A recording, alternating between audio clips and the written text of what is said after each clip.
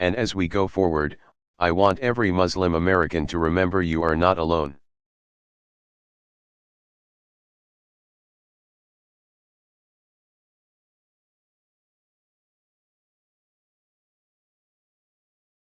Your fellow Americans stand with you, just as Sabah described her friends after she decided that she was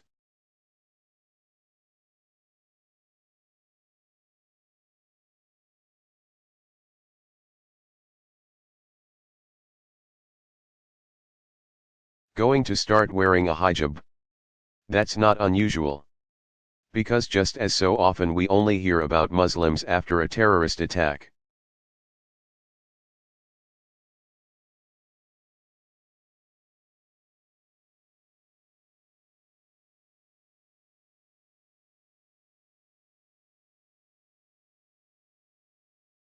So often we only hear about Americans' response to Muslims after a hate crime has happened.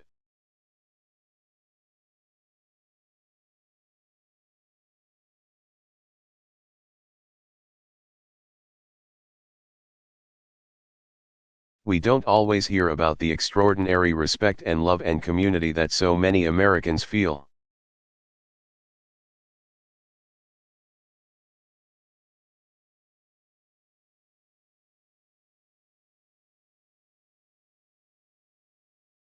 I'm thinking about the 7-year-old boy in Texas who emptied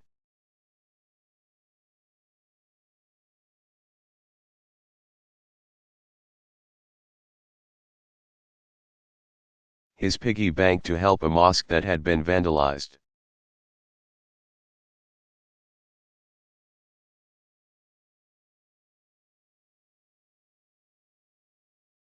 Or all the faith communities that rallied around Muslim Americans after the tragedy in Chapel Hill.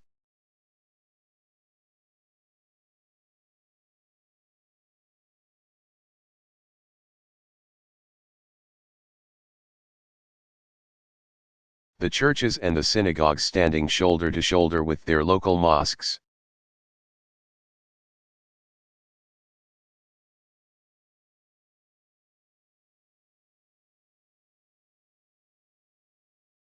Including the woman carrying a sign saying "We love our Muslim neighbors."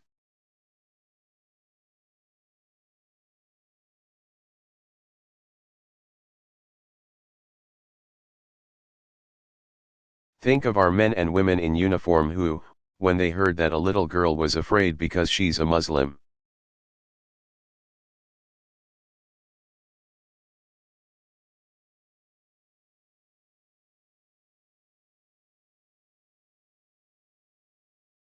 sent her a message, "I will protect you."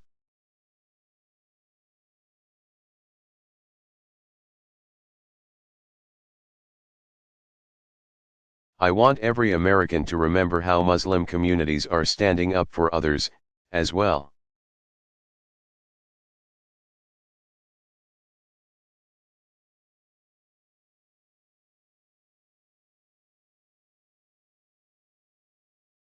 Because right now, as we speak, there are Muslims in Kenya who saved Christians from terrorists.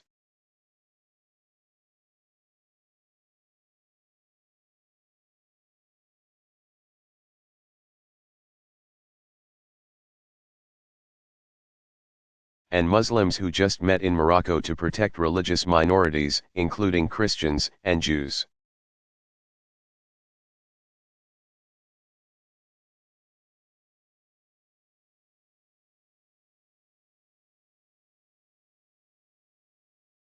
Remember the Muslim Americans in Boston who reached out to victims of the marathon bombing.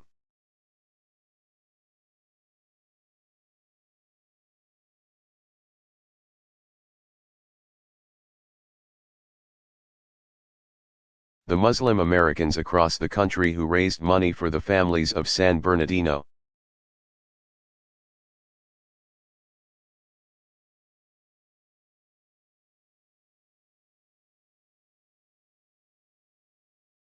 The Muslim Americans in Chattanooga who honored our fallen service members, one of them saying,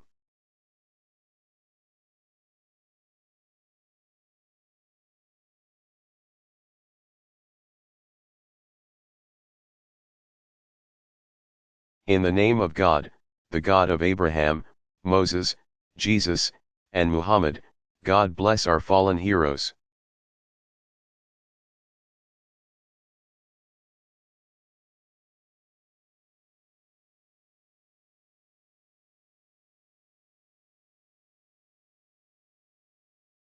We are one American family.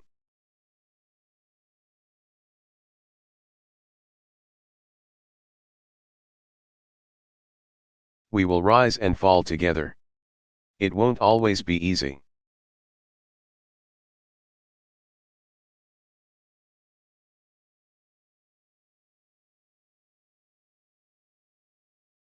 There will be times where our worst impulses are given voice.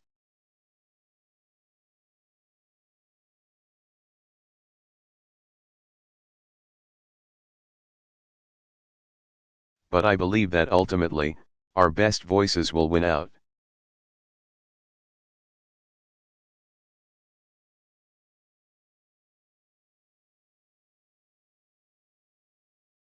And that gives me confidence and faith in the future.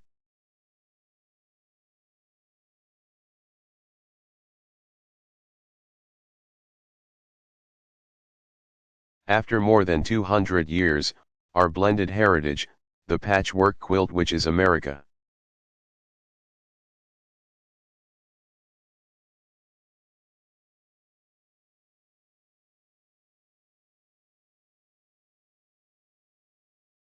That is not a weakness, that is one of our greatest strengths.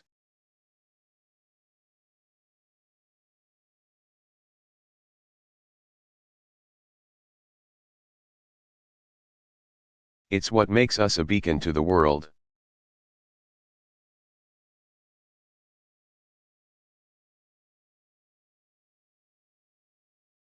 It's what led that mother who wrote to me, the one who worries about her.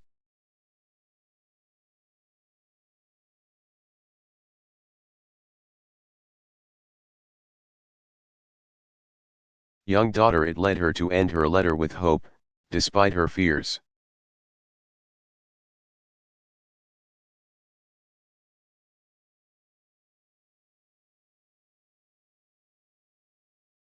She said, I still believe in one nation, under God, indivisible, with liberty and justice for all.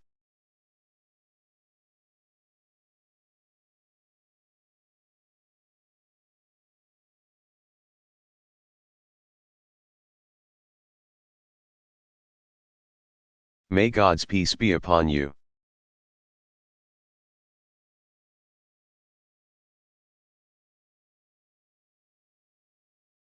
May God bless the United States of America.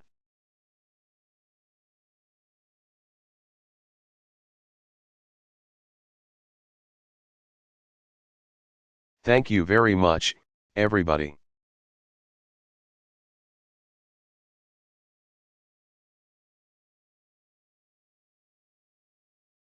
Barack Obama.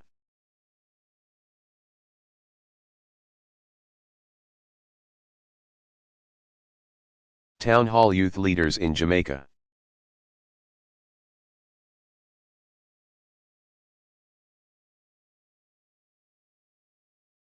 Delivered April 9, 2015, Kingston, Jamaica.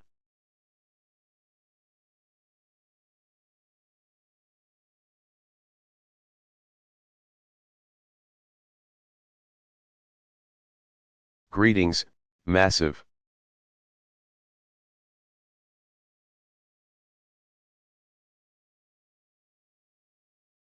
Wagwan, Jamaica. Can everybody please give Aubrey a big round of applause for the great introduction?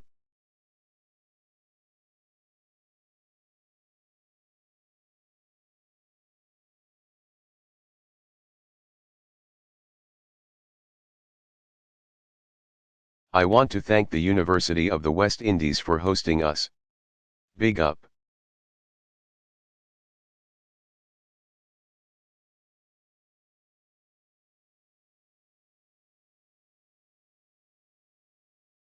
We.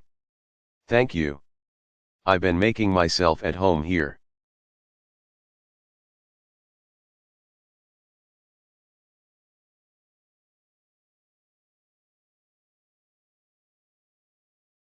It is great to be in beautiful Jamaica, not only because I'm proud to be the first president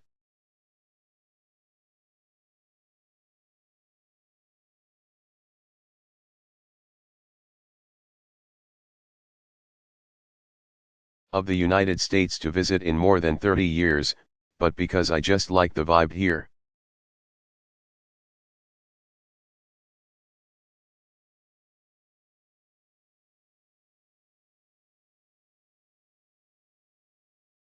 I was born on an island, and it was warm, and so I feel right at home.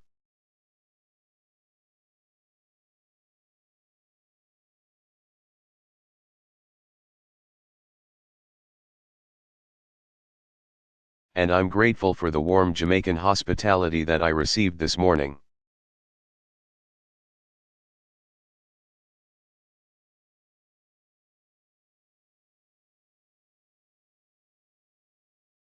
Including from Prime Minister Simpson Miller.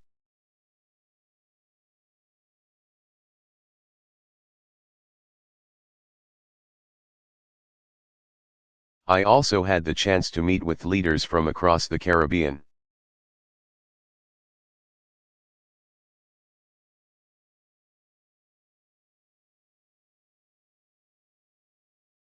Where we focused on issues of shared prosperity and shared security.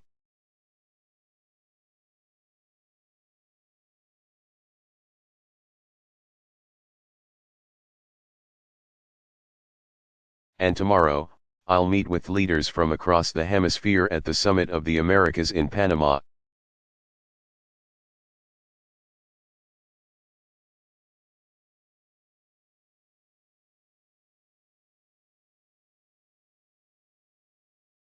But before my trip became all business, I wanted to come here and hear from young people like you.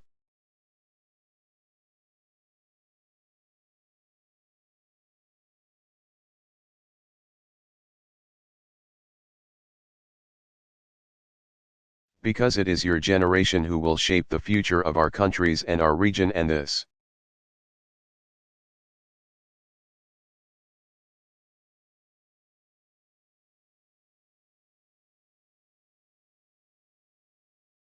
Planet that we share long after those of us who are currently in public service are gone from the stage.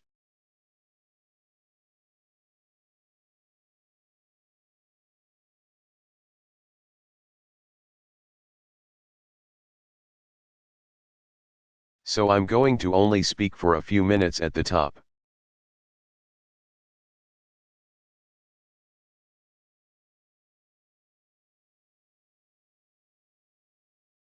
Because I'd rather spend time taking questions from you, and also because after we have a chance for our town hall,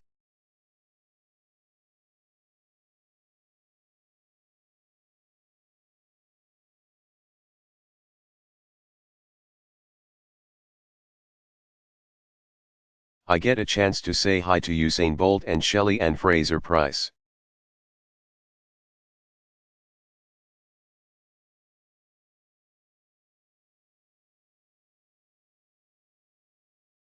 When you have the fastest people on the planet, you've got to say hi to them, right?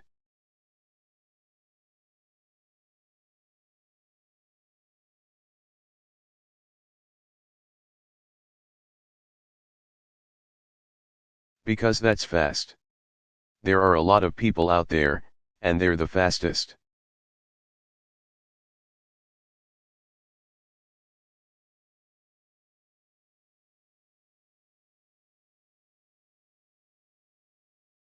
Now, we are not just nations, we're also neighbors.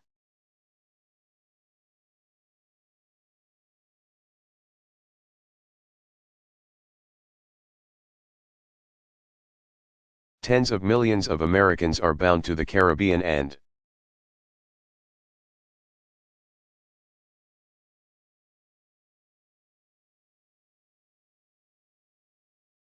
the Americas through ties of commerce, but also ties of kin.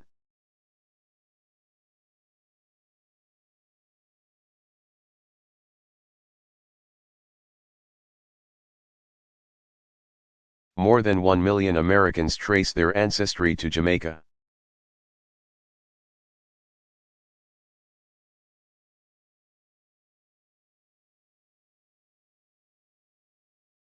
More than 1 million Americans visit Jamaica each year.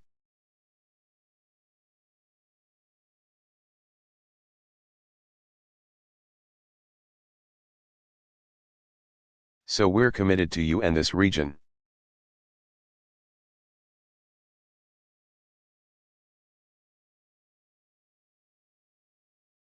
And as I've said before,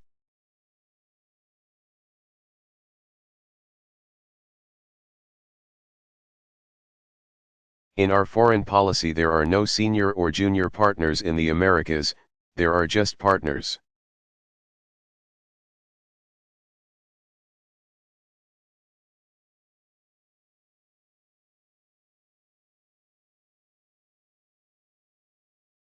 And that's one reason why the United States has started a new chapter in our relations with the people of Cuba.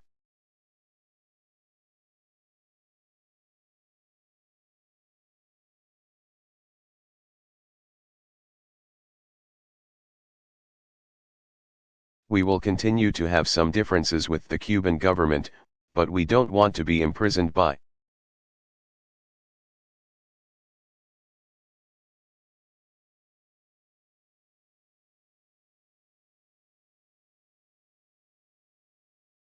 the past. When something doesn't work for 50 years, you don't just keep on doing it, you try something new.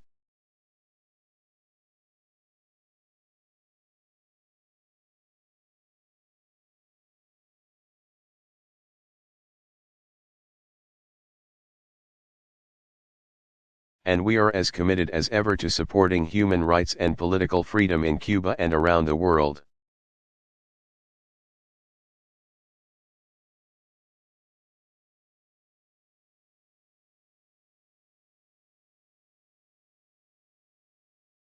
But I believe that engagement is a more powerful force than isolation.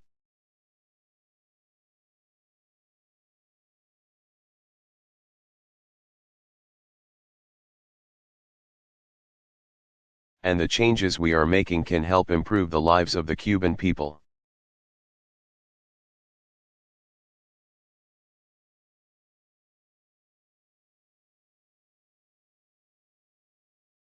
And I also believe that this new beginning will be good for the United States and the entire hemisphere.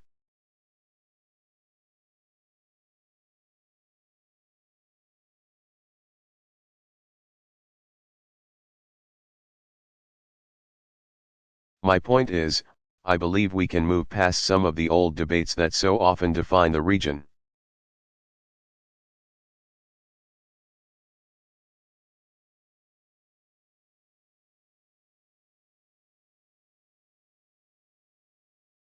And move forward in a way that benefits your generation with new thinking and energetic, impatient.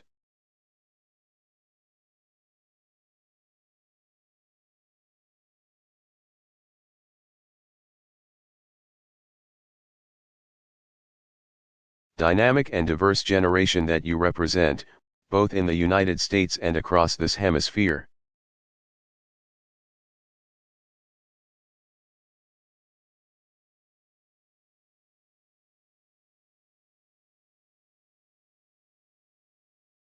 More than 100 million people in Latin America and the Caribbean.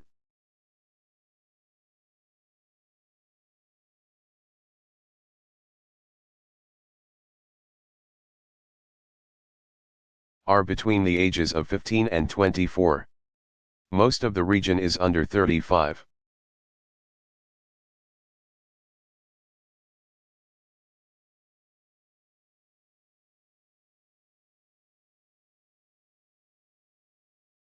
And what gives me so much hope about your generation is that you're more interested.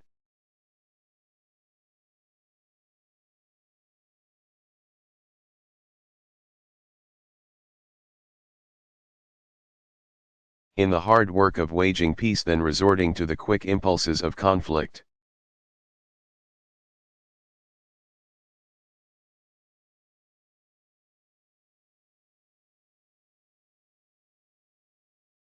You're more interested in the hard work of building prosperity through entrepreneurship.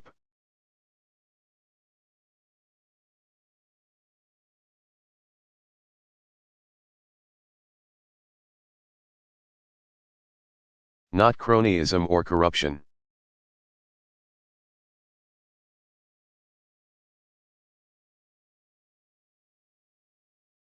You're more eager for progress that comes not by holding down any segment of society.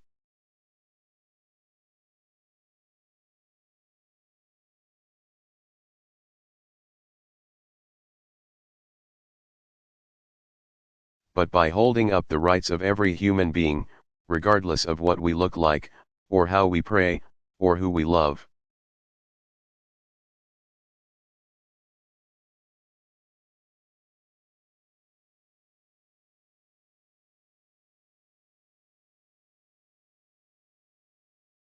You care less about the world as it has been, and more about the world as it should be and can be.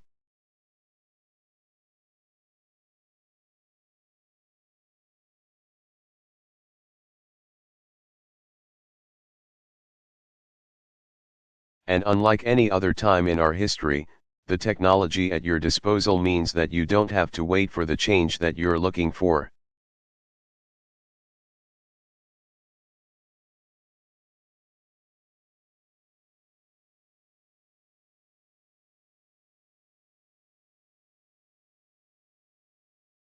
You have the freedom to create it in your own in powerful and disruptive ways.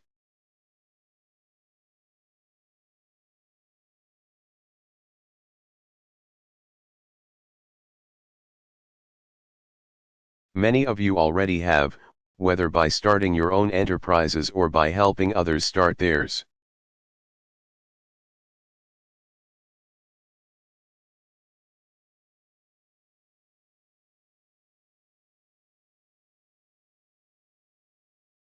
And I'm going to just single out two remarkable young leaders who are here today because I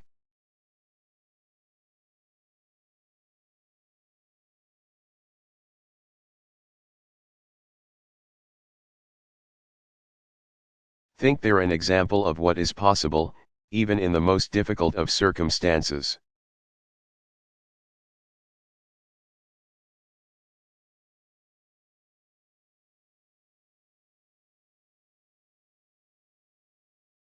So Angeline Jackson is here today.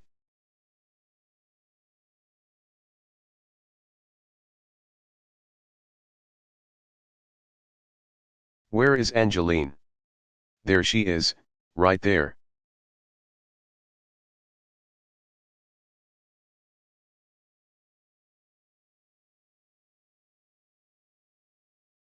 Several years ago, when Angeline was 19, she and a friend were kidnapped, held at gunpoint and sexually assaulted.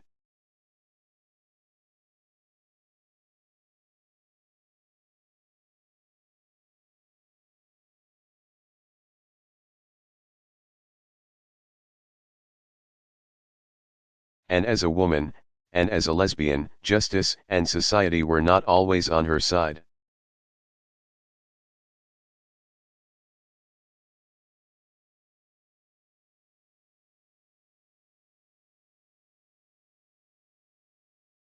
But instead of remaining silent, she chose to speak out and started her own.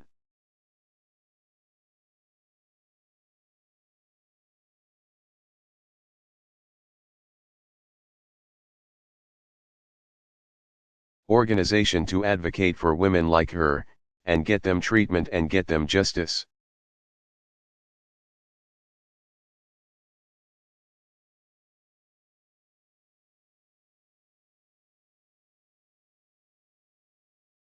And push back against stereotypes, and give them some sense of their own power.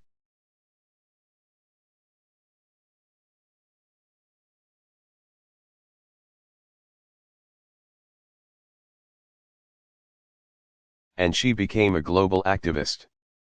But more than anything, she cares about her Jamaica.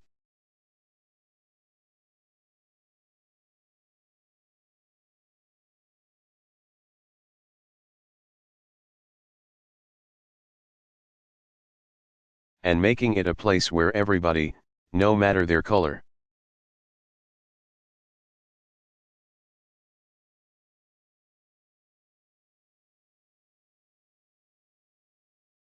or their class, or their sexual orientation, can live in equality and opportunity.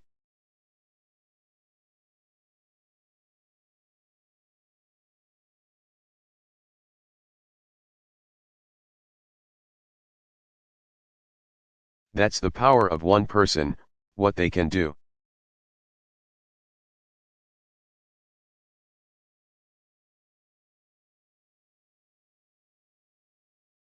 Jerome Cowens grew up in a tough part of Kingston.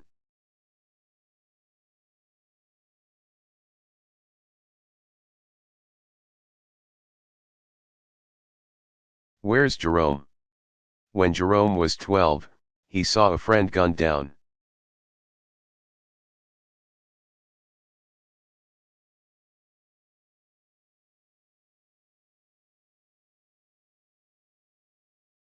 And when he looked at the shooters, he said, I realized that wasn't a life I wanted to live.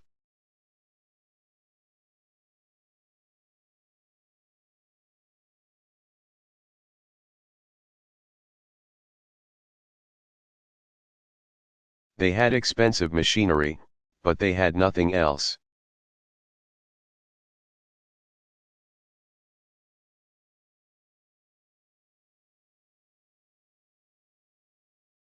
So at the ripe old age of 13, he founded a youth group to help others like him stay on the right path.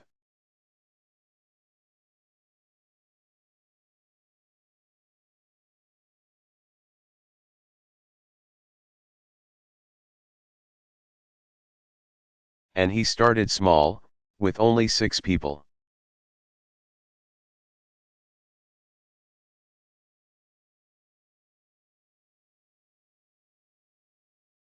But they had one big thing in common, and they believed that change was possible.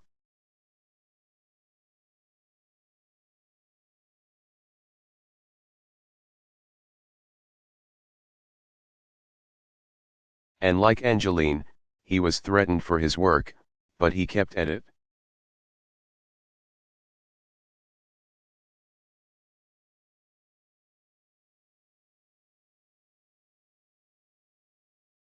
And he said, things won't get any better if no one does anything.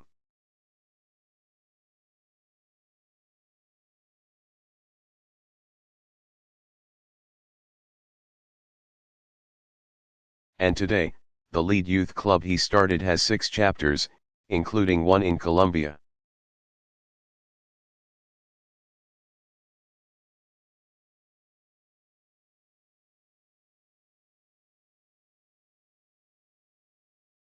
His work has taken him to 5 continents.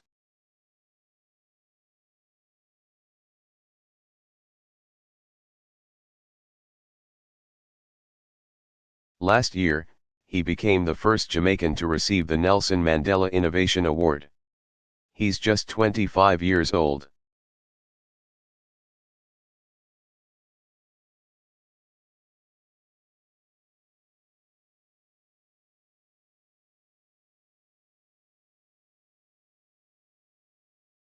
So individuals like those 2 young people, the young people here.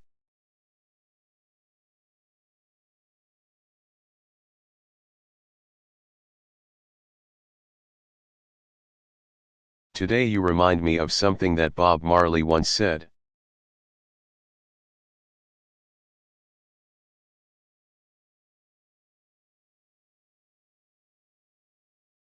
You know, I went to his house yesterday.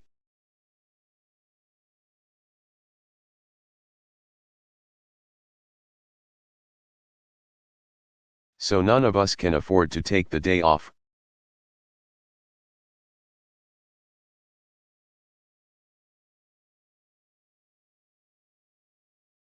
And I want you to have every chance, every tool you need to make this world better.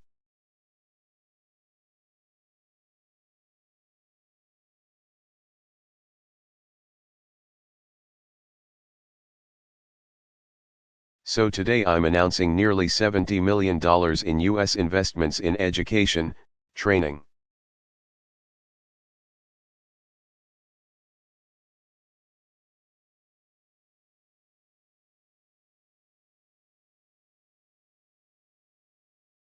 and employment programs for our young people throughout Latin America and the Caribbean.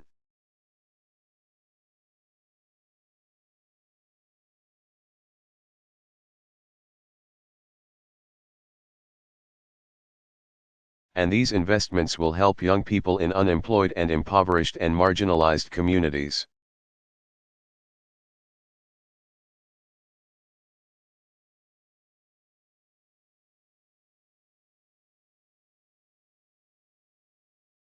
And give them a chance to gain the skills they need to compete and succeed in the 21st century economy.